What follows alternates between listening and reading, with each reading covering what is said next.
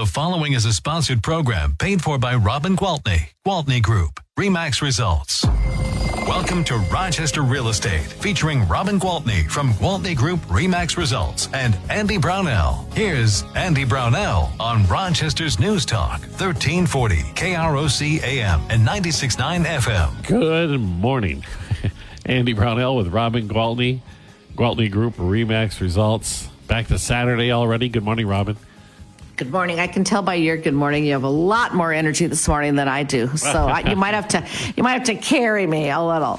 It's been a long week. You have the post-vacation need for another vacation. Oh my gosh. Well, that vacation was very, very relaxing. But yeah, I came back and when you're gone for a week, you come back and you make up for it, right? So yeah. It's Things just pile up. Nature of the beast.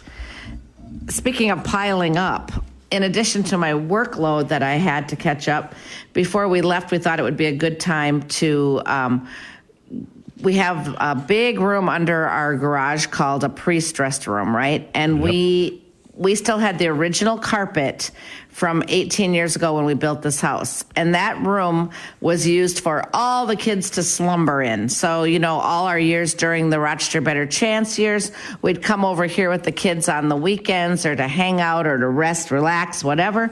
And there were more cans of pops built on that carpet. And we'd move a piece of furniture here and move a piece of furniture there to hide the stains. I mean, it was bad. So we decided that had to get replaced. Well, it's such a big job. And before we left, we took all the furniture out of there and stacked it into the bedrooms and into the front room because the living room down there has tiles, so we didn't have to worry about that. Anyway, we left with that room empty, came home to new carpet in there. Then we had to quickly move everything from the bedrooms into there so they could recarpet the rest of it yesterday. So they've got it all finished. So guess what we're going to be doing this weekend? Putting everything back where it belongs. Yeah. And but you know what? That's what I'm going to do. I mean, I'll put back the very bare minimum, and the rest of it has got to go. I just have way too much stuff. I don't know how I've accumulated it. When we originally built this house, it was only going to be for weekends and summer, and it was going to be really simple, and we weren't going to have all kinds of stuff. Well, then, as you know, we moved here because of taking care of Scott's dad first, and then my parents, and just logistically. Well, you just accumulate so much stuff. And I said, it's not all going back. It's not all going back in those rooms. We are going to get rid of some of it. So that's what we're working on. And it'll be, not today. Today I have to work, but Saturday, all day, I'll be done working by probably 2:00 because I have got showings and all kinds of appointments, but by this evening. And then Scott says, well, we can't do it tomorrow because tomorrow's football. I'm like, yeah, it's got to get done. It's got to get done sometime. But lots of stuff to get. Scott doesn't need to watch the Chiefs. They're not doing very well this year anyways. Well, they're playing early in the morning because they have that London game. Yep. So I said, fine, you can watch the game early in the morning, and then we have all day to get stuff moved. But anyway, we'll get it done. I saw an article along these lines that the headline was, your kids really don't want your stuff. And it was basically that get it out of there, clean up the stuff, and maybe approach your kids and say, hey, of all the stuff we have, is there stuff you really actually want us to keep and you also treasure, and then the rest of it you can just do whatever with, because we have this illusion, or delusion, probably a better way of saying it, that our kids will somehow treasure all this crap that we've accumulated all these years.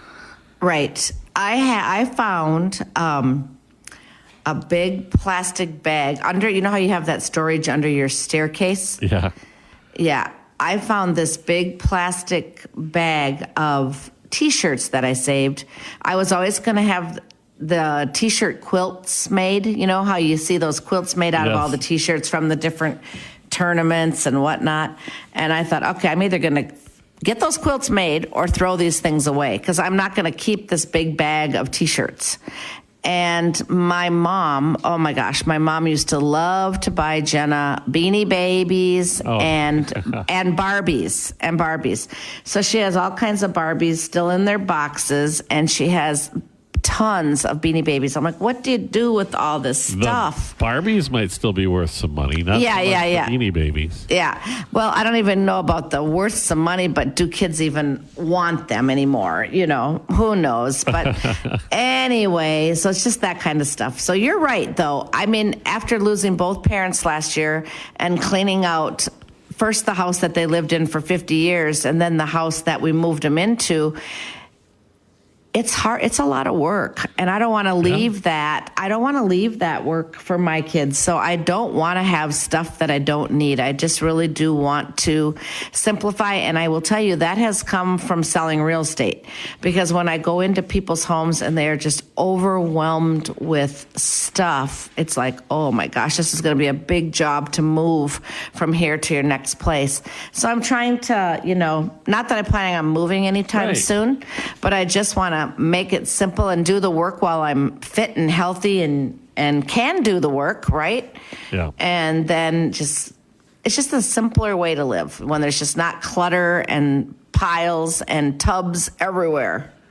So when we moved into this house a million years ago, we were more or less newlyweds. And we moved in. All of our possessions fit in the back of a pickup truck.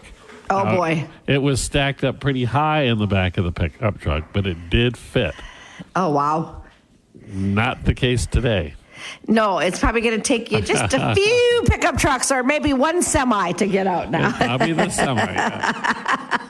It's amazing how much stuff you can keep. Yeah. Well, just like I was talking about that little area under the steps. So we didn't do the traditional door at the end of the hallway. We did a door inside of Jenna's bedroom. So it's like this little mini door. And then her and her girlfriend went in there and they painted all the walls a different color. They were about 13. And so there's a pink wall and a purple wall and a lime green wall, orange wall. And so I needed to put new carpet in there too, because the carpet was old, right? So I took it all out and I thought, oh my gosh, we have a lot of boxes of photos and all those other things that I found. So it's a lot to go through, but I'm going to try. Like you said, try to get organized. Better for you to go through it. Right. Than to leave it for somebody else to go through it. When my mom and dad, when it was finally time to get them out of the house that they had been in for more than 40 years, they really weren't up to the task anymore. Right. And it was very, very upsetting for them. I was just going to say that. The older you get, the harder it is to detach from things. So like now I realize it's just stuff that I don't need. But, the older you get, the more you think, oh, do I want I don't want to, I want to hang on to this. This reminds me of this or that or whatever. Right. So yeah, I'm gonna be tough, and I'm gonna just really think organization, think nerves fresh of steel. That's it. So you're mentioning the room with your daughter painting and stuff. When this brings up the story of moving my parents out of that house, the room that was occupied by my sisters, which they shared, was piled full of. It was the accumulation room. Let's put it that way. Yeah. So when that was all cleared out, the evidence of their teenage years was still on the walls from the 1960s, early 1970s, and it was as if you went back in time and it was hippiedom again. All the flower power funny? Stuff painted on the walls. It's so fun, though. I will find houses in my, when I'm out going to listing appointments or showing houses where you do feel like you've walked right back into the 60s or right back in the 50s. And some of the people have kept everything immaculate. Like there are a lot of houses in Pill Hill where you'll go in and they've got the little tiny square tiles that make up the bathroom counter and the bathroom walls. They're like teeny tiny. I don't even think they're an inch. They're like maybe an inch, but I remember those. Yeah, and there's green and there's blue and I've seen yellow and they're perfect from the day that house was built, and those tiles are still perfect. It's almost a shame to tear them out. So it's kind of a good thing that, retro is definitely a thing. There are people that are really into that mid-century modern. Mid-century, yep. Yeah, kind of look. So that's good. There's something for everybody out there. There's not a lot of anything for everybody out there right now. We're still dealing with a definite housing shortage for sure. All right. Well, we need to take a break already, Robin. We'll do that and return in a moment. Robin Gwaltney, Gwaltney Group RE/MAX results on News Talk 1340 KROC AM and 96.9 FM. We'll be right back with Robin Gwaltney and Andy Brownell on Rochester Real Estate. This is News Talk 1340 KROC AM and 96.9 FM with Robin Gwaltney from Gwaltney Group RE/MAX results and Andy Brownell on Rochester's News Talk 1340 KROC AM and 96.9 FM. Welcome back, everyone. We're chatting with Robin Gwaltney, Gwaltney Group RE/MAX results. And, of course, this show's about the Rochester area real estate market, and you mentioned the ongoing shortage of inventory. Robin, do you have an update on what is happening in our local marketplace? I do, and it's kind of sad. So, people think, the real estate market is bad. No, what's out there is selling, and selling pretty quickly. I'll tell you that the analysis of the sold properties for the last 6 months reveals a median sold price of $315,000 and 10 days on the market. Wow, that's actually surprising. Yeah, well, that's because the median sale price has been $315,000, so it's the lower priced houses that are selling. When you get up into the 5, 6, 7, 8s with the interest rates being the way they are, they're sitting around longer. People are not doing the move up. The people who are new to town and still have to have a house because they've got a new job, or the people that got married and they just don't want to stay in that apartment anymore because they want their new dog, or now a baby's coming, or whatever. But they're buying that, entry level. Isn't that sad to think $315,000 is entry level? But it really is. And then this is interesting. The houses that have actually sold the fastest in the last 6 months are 1.3 million to 1.4 million. What? Well, and that's because once you get that high, they don't care about the interest rates. Okay, so it's the normal average people buying that first time home, or the pretty wealthy people who aren't going to be as affected by interest rates that are doing great. And it's the majority of the people who want to do the move up, or, want to buy the more expensive house that are having, those are the ones that are having the hard time. Well, I'm not going to say having a hard time, but a harder time. Well, we've talked about that before, that a lot of those folks took advantage of either refinancing or getting into a home when the rates were crazy low, and now they don't want to drop that rate. Well, and it's just too hard. It's just too hard because, when they get the new rate, their payments going up. Now, the good news is a lot of those people have a lot of equity in those homes. Yeah. So therefore, when they sell, they're going to take that equity paid down on the loan. They're not thinking about that part. And so then their payment isn't going to be as scary as they might think without going in and checking it out. You just reminded me of an article I read this week, too, that it's gaining in popularity. And I remember that these existed 20-some years ago, or even 30 years ago, but you go get your mortgage, and part of the mortgage is one free refi. If I can't say it. Oh yeah. Refinance. Yes, yep. Refry? No, we don't want to refry. We want to refi. It's like Wi-Fi refi. Yeah. So why refi? That's what it should be, and it's a great thing. Yeah, they will. They'll let you drop down once without the fees, which is fabulous. Yeah. So that's it's built fabulous into your contract already. So then that takes some of the stress away from it. Definitely it does. So right now, the analysis, I was going to say, so then if you look across the board at all the prices, the median time on market is 47 days. Okay. Still not bad. Not bad. There are some price ranges where it's worse, like, for instance, 3 to 400,000 is 58 days, and 700 to 800 was 45. Well, that's not worse. Yeah, so I mean, it is not bad. I have to admit, it's not as good as it was, but again, we've talked about why that is also beneficial to the buyers, right? I've been seeing this post over and over on Facebook because people are trying to, well, I should say realtors are trying to educate the general public that, yes, interest rates are a little higher right now, but if you think you're going to just wait around, wait for them to drop, you are asking for problems, because what's going to happen is once things do level out, and they will, because what goes up does come down, and this real estate and rates, it's all very secular, right? It just goes in cycles, and we know what's coming, and we know it because we look at what's happened in the past. So when they get back down to, even when they get back down to 6, people are going to go crazy. I've said this before, but I think it's worth repeating. Every time the interest rates drop by 1%, it's a known fact that 1 million buyers come back on the scene. Okay, nationwide, of course. Yeah, but that's a million that's people. a lot of people, 1 million people. So once we drop 1%, that's another million buyers. Once we drop 2%, that's another million buyers. Once we get back down to where they're probably going to rest, which is going to be right around 5 somewhere, give or take, right?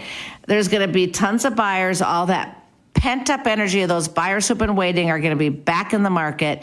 And guess what? Our prices have not gone down. Prices have continued to go up, not as fast as they were going up a few years ago, but prices have continued to inch up.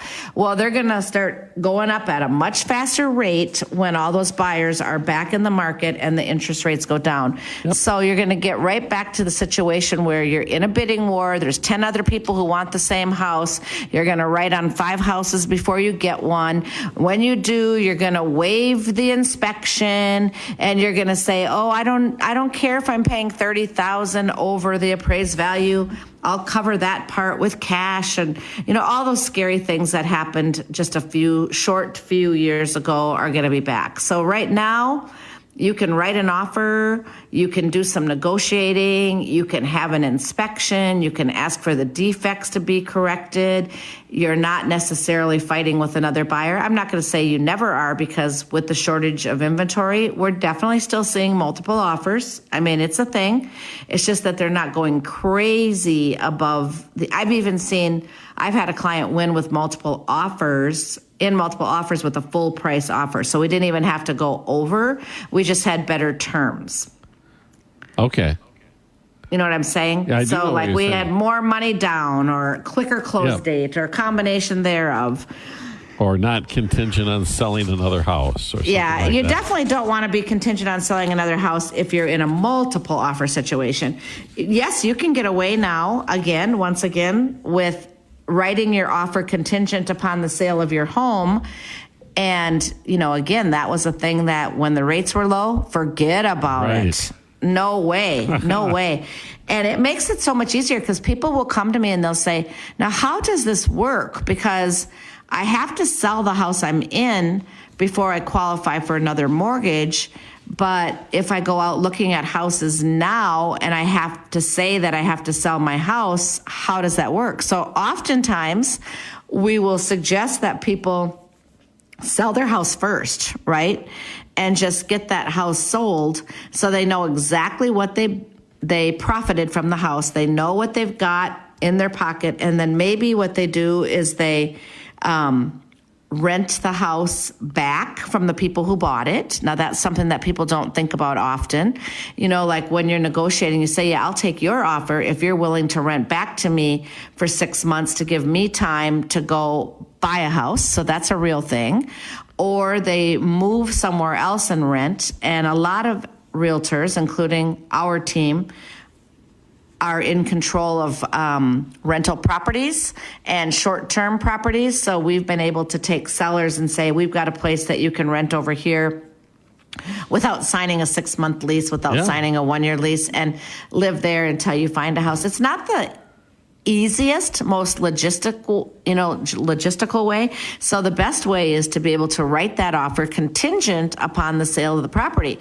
And again, that's one thing that I literally just did one this week, and it was accepted. And then guess what?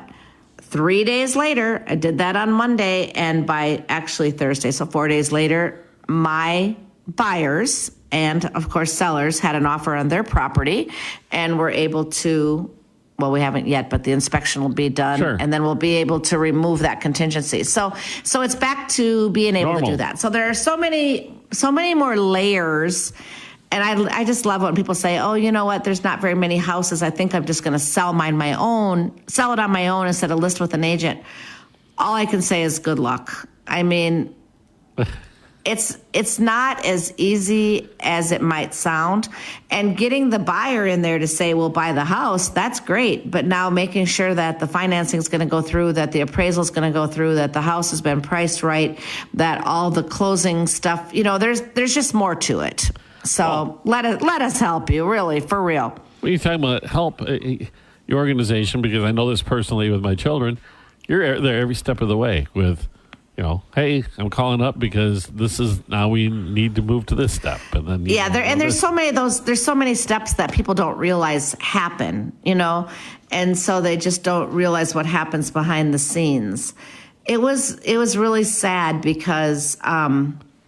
Triata, she works really hard, she's just a really hard worker. She got a Zillow call on a pretty expensive house, and I think it was in the 600s, and the buyer was from out of state, and the buyer said, I don't think that you deserve that much pay, for that commission. And she said, well, I'm getting paid through the commission that has already been negotiated with the listing agent, and you're not paying it out of your pocket. He said, well, I want you to give it to me.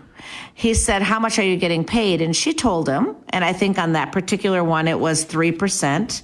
And he said, what about if you keep 1% and then write me a check for the other 2%? And I will just tell you that he is an incoming physician who works in one of the highest paid departments. And she was taken back by that. And I said, unfortunately, there's a lot of bad media, and it does make it look like we do nothing. We just put a sign in a yard and write a contract, and then it's over. And oh my gosh, there's so much behind the scenes stuff that goes on. And it really is it can be a very, very stressful job. And especially when we're trying to take all of the stress away from the buyers and the sellers and carry that so that for them, it's just a delightful and easy transaction. There's an art. There definitely is an art to it. And a lot of hours get put in. So. And all the, you are a full service. Yes, real definitely. estate. And all that there's overhead attached to that. You have to have the stuff there in order to offer it. And needless to say, she said, you know what? Always, always, always, commission is negotiable. But I'm going to tell you right now, I'm not willing to do this. So you can go negotiate with somebody else. Good luck to you. So. All right. There you go. There we go. We're over time for a break. We have to do that. And we'll return. Robin Gwaltney is with us. Gwaltney Group RE/MAX results on News Talk 1340, KROC AM and 96.9 FM. We'll be right back with Robin Gwaltney and Andy Brownell on Rochester Real Estate. This is News Talk 1340, KROC AM and 96.9 FM. Welcome back with Robin Gwaltney from Gwaltney Group RE/MAX Results and Andy Brownell on Rochester's News Talk 1340 KROC AM and 96.9 FM. Good morning. We're back with Robin Gwaltney, Gwaltney Group RE/MAX Results. And Robin, you mentioned that Triata had this situation concerning negotiating her commission. Does that connect at all to the headlines we saw over the last week about this big lawsuit? I'm guessing it is. So, yes, there is this class action lawsuit that took place, and people are asking me, what is it about? Well, I was recently at the Elite Retreat with RE/MAX, and our CEO and president, Nick Bailey, explained to us what went down. And what it all comes down to is why the suit came about is because there were realtors that were doing it wrong, okay? They were saying, commission is set, and this is what you have to pay, and you have to pay enough to pay the other agent X number percent. And that's just a big bad no-no, because commission has always been negotiable. Now, like Triata, she said, no, I'm not willing to work for 1%. And so she stepped aside and let them find somebody who was willing to put all that work in for that percent, right? It wasn't her. So there's nothing, I mean, if somebody else is, good for them. But this is the deal. When you are hiring somebody to negotiate for you, you are going to want somebody who is a good negotiator. And if she can't, or I can't negotiate for my pay, like what I'm going to earn, why in God's name would you want us negotiating for you to try to get you the best deal or to try to get you the most house for your property? You want somebody who is a talented negotiator. That's the art of our job right there, right? That's our skill set. And a very, very important one, But as you know, RE/MAX was one of the smart ones. They said, we'll settle.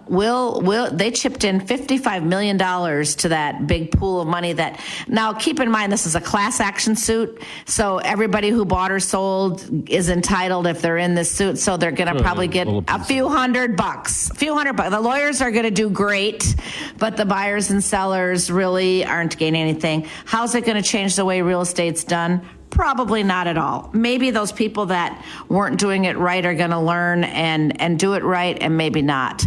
But as far as RE/MAX goes, when they settled, they said, okay, now this could be a continuance. Everybody could keep coming back and saying, we want to sue for this commission, blah, blah, blah.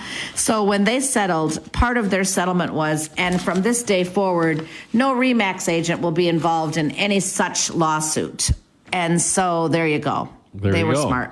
Yeah, they were smart. Very smart move. Very smart. We have great leaders at the helm. I mean, there's definitely something to be said for working for the number one brand in the real estate world, and I am so proud and so happy that I do. So don't be fearful of those headlines of this big, terrible, horrible lawsuit, because the lawyers who were handling it are happy. They made a lot of money, and it's over. And for RE/MAX, it's over. It was over a while ago. Yeah, a long time ago. And hopefully hopefully realtors will be more ethical and do the job the way they're supposed to. You know, you have to tell the truth. You have to let people know how much is being charged, what you're paying out. You know, you have to give that information and just do it the right way. And luckily for us, it changes nothing, because we've always done it the right way. Yeah. So if you want Robin to be your negotiator, I'm happy to do it. Or talk about anything dealing with real estate in the Rochester area, southeastern Minnesota, how do they get a hold of you? Absolutely. Call me on my cell phone at 507-259-4926. And believe me, my phone is in my hand all day long. And if I'm not talking to somebody else, I will pick up your call. And if I can't pick it up, I will call you back. All right. Thank you, Robin. We'll talk to you again next Saturday, and good luck. All right. With the Have a great week. Simplification process. Oh, boy. Yeah. Decluttering. Decluttering. All right. Talk to you later. All right, Robin. Robin Gwaltney, Gwaltney Group RE/MAX results here on News Talk 1340 KROC AM at 96.9 FM. This program has been paid for